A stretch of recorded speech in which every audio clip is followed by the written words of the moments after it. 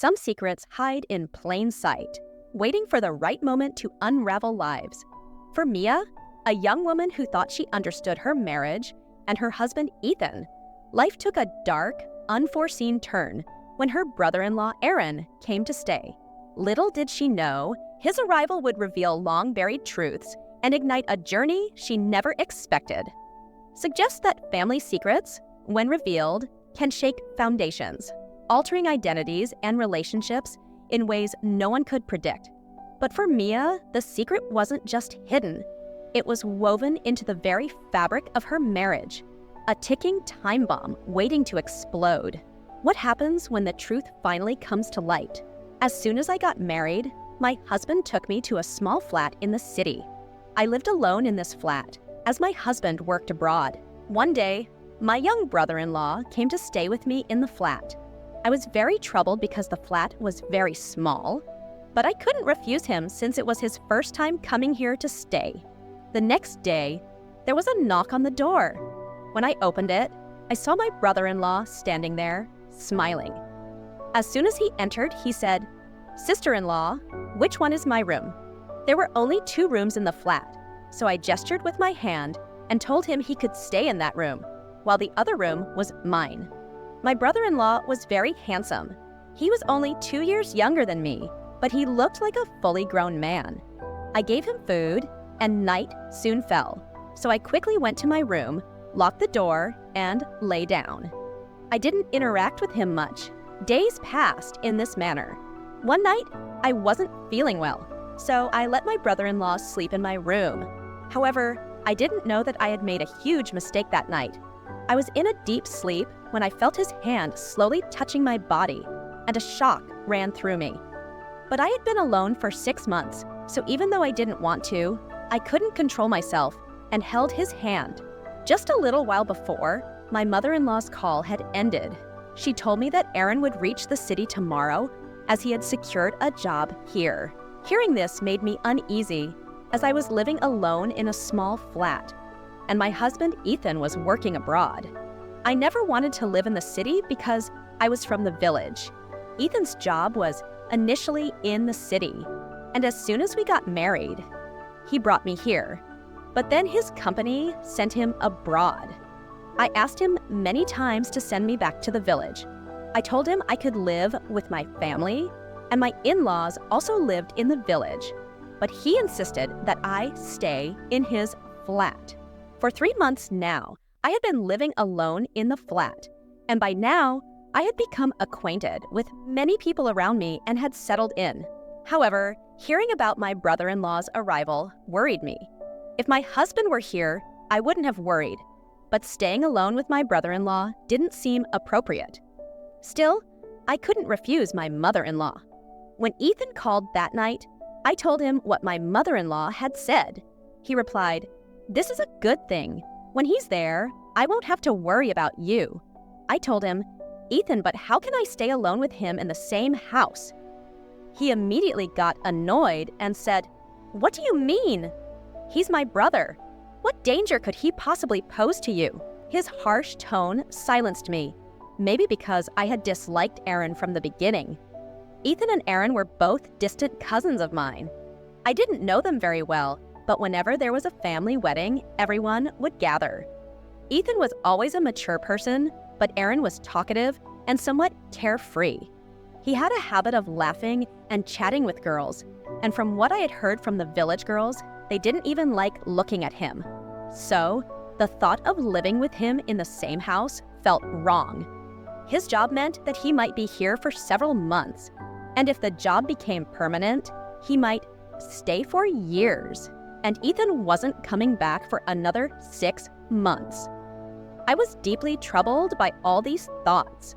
The next day, I made biryani as my mother-in-law had particularly instructed. At 7 p.m., the doorbell rang. I knew it must be Aaron. I opened the door, and he was standing there, smiling at me. He entered the house without any hesitation and said that the bus ride had exhausted him, and he would sleep for 2 days straight. Then he asked, "Which room is mine?" There were only 2 rooms in the flat, so I gestured toward the other room. That room didn't have much furniture, as I had set it up as a drawing room. He glanced around the room and said, "I can't stay here. I'll sleep here. It's very comfortable." With that, he walked into my room without any hesitation. I was too shocked to argue and wasn't in the mood to start a discussion right as he arrived. He was only 2 years younger than me, but his height and build made him look older than me. I reheated the food, and by the time he came out after freshening up, he was happy to see the biryani.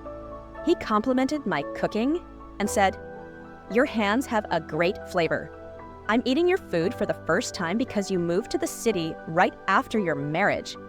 He then added, "I brought a gift for you. Come, I'll show it to you." I politely told him to let go of my hand. He said, "First, let me show you the gift." He gave me a fancy suit and said, "I bought this for you." But knowing the kind of person he was, I thought it best to keep my distance from him, unaware of the trouble I was inviting into my life. That night, Aaron slept in my room, and I had to sleep on the sofa in the drawing room. I had planned to tell him the next day that I was used to sleeping in my own room, and that he could use the drawing room if he wanted. I didn't know how long he was planning to stay, but the next morning, when I came out of my room, I found that he had already left. He returned in the afternoon and announced that his job was confirmed and that he would start from the next day. He seemed very happy, sat in the lounge with his feet up on the table, and asked for a cup of tea, saying, "I'm exhausted. Can you make me some tea?" I prepared tea for him and told him I was used to sleeping in my room and that he should use the drawing room. But I didn't know he would respond the way he did. He suggested that we could both adjust in one room if I wanted. His comment made me furious. I glared at him, and he laughed, saying he was joking. As I started to walk towards the kitchen, he said, "By the way, you look beautiful when you're angry." While I was making dinner, Aaron sat in the lounge watching TV. The type of English film he was watching was loud, and I could hear everything in the kitchen. His behavior, showing no consideration for the fact that his sister-in-law was present, made me want to give him a piece of my mind, but I controlled myself. After preparing dinner, I went to my room, only to find my room in a complete mess. His clothes were scattered everywhere, shoes in one corner, socks in another. Being someone who preferred neatness, his untidy habits frustrated me. I gathered all his clothes, piled them in the corner, closed his bag, and placed it in the lounge. The next day, he brought a bed into the room. Before Aaron returned, I would prepare food and lock myself in my room, waiting for him to finish eating before I came out. I thought it best to limit my interactions with him since he was quite a rude person. But then, he started knocking on my door. When I opened it, he said, "At least set the table for food.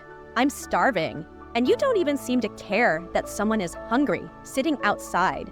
I replied, "Everything is prepared. You can serve yourself." He shook his head and said, "I can do many things myself, but some things I prefer to leave for you." His suggestive smile annoyed me. Moving closer, he added, "You'll have to take the trouble of doing all these little tasks for me." I glared at him in anger and went to the kitchen, heated the food, and set it on the table. I didn't want to eat with him, so I took my plate and was about to go back to my room. Seeing this, he asked, "Why aren't you sitting here to eat with me?" "I'm not going to eat you. After all, I am a Muslim, and human flesh is forbidden to me." He laughed and said, "You're my sister-in-law, but you don't talk to me or say anything. I get so bored. I feel that Ethan also went abroad because you probably treat him the same way, and he wanted to get away from you." His words tested my patience, and I told him, "It's better for you to mind your own business. You're getting food, just eat it. Where I sit or what I do is none of your concern." Hearing me speak angrily, he simply smiled and said, "You look even better when you're angry." Oh, if only I were in Ethan's place. This comment infuriated me, and I snapped, "Don't you feel ashamed making such comments?" He replied, "What's there to be ashamed of?" Don't you know the kind of jokes and talk that goes on between brothers-in-law and sisters-in-law? But you seem like a very reserved girl. Spend some time with me, and you'll see how beautiful life can be." He said this while casually putting another piece of bread in his mouth, and I just stared at him in anger. I told him that I would talk to Ethan and tell him everything about how he behaved with me. I thought that this would make him change his ways, but it had no effect on him. It seemed as though he didn't care. I tried to tell Ethan over the phone about Aaron's behavior and the kind of comments he made towards me. But Ethan, trusting his brother, simply brushed it off, saying, "You're misunderstanding. He's not like that." Ethan had so much trust in his brother that he wouldn't even listen to anything against him. One night, while I was sleeping, I heard strange noises coming from the gallery connected to my room. The noise woke me up, and I felt a strange fear. I cautiously got out of bed and slowly walked toward the gallery. I slightly moved the curtain and was shocked to see two young men standing there with pistols in their hands. My heart nearly stopped. I wasn't sure if the gallery door was locked from the inside or open. If they came inside the room, I didn't even want to imagine what could happen. I quickly ran to Aaron's room and knocked on his door. He opened it a few moments later, clearly drowsy and surprised by my panic-stricken face. Seeing my fear, he asked what had happened. I pushed him aside, entered his room, and locked the door from the inside. Still in shock, I managed to tell him that there were thieves in my gallery. Hearing this, he too became worried. As we tried to calm down, there was another knock on the door. This sound made my heart race even faster. Aaron seemed alarmed, and my fear was so overwhelming that, without thinking, I clung to him, holding onto his waist tightly, saying, "There are thieves outside my room. I'm scared they might break in." I felt that I might faint from fear. I was so terrified that I didn't even realize how I was clinging to him. Another knock on the door brought me back to reality, and I started crying, pleading with him not to go outside, fearing the worst. He reassured me, saying, "Don't worry, they can't come inside. The door is locked." I tried to stop him from leaving, but he freed his hand from mine and said that he knew how to handle them. He left the room, locking the door behind him. From outside, I heard sounds of struggle and shouting. My heart was pounding like a runaway horse, and I was shaking with fear. If anything happened to Aaron, I didn't know what those men might do to me. Then, everything went black. The last thing I remembered was hearing faint sounds before losing consciousness. I must have fainted from fear. When I regained consciousness, I heard birds chirping. I sat up suddenly and realized I was lying in Aaron's bed. My hair was untied and messy, and I was alone in the room. I couldn't immediately remember how I got there, but then the previous night's events came flooding back.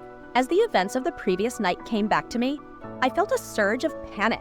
I didn't even know what had happened outside. I got out of bed and went to the living room, where I found Aaron sitting and smoking a cigarette. His arm was bandaged, and he had a visible wound on his head. Seeing this, I rushed to him and asked, "What happened to you?" He replied, "The police caught those men. They're in custody now."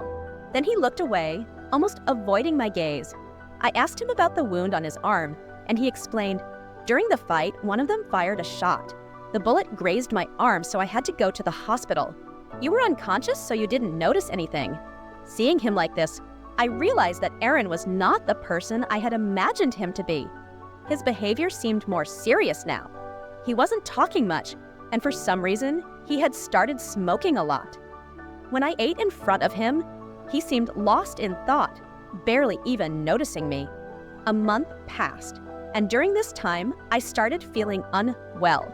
Aaron took me to the doctor, but I went into the examination room alone. After some tests, the doctor came back with the results. To my shock, the doctor informed me that I was pregnant. Hearing this, I was completely taken aback. I couldn't remember any such incident happening with Aaron. I was utterly confused, with no memory of how this could have happened. Returning home with this dreadful news, I opened the door only to find my husband, Ethan, standing there, smiling at me.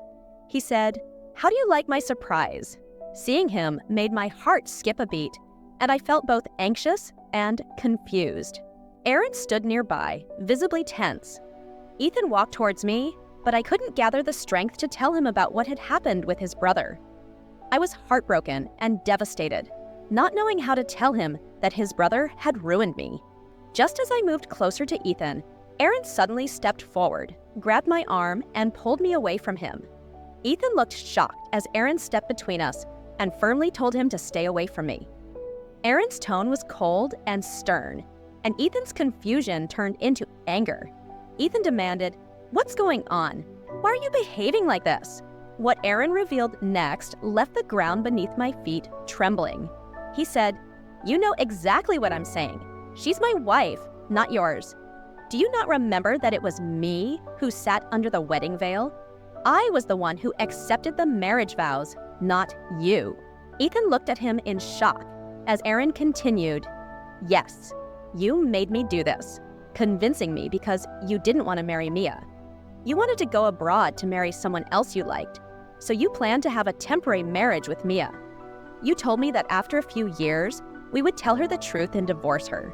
This whole marriage was only a formality, something temporary, just to appease the family." Hearing this revelation was like a storm sweeping through my heart. I had trusted Ethan with my whole being, believing in him completely, never doubting his love. Now, faced with the truth, I understood why Aaron had protected me so fiercely that night and risked his life. He wasn't the irresponsible man I had thought he was. He was someone who genuinely cared for me and stood by me in my most vulnerable moment.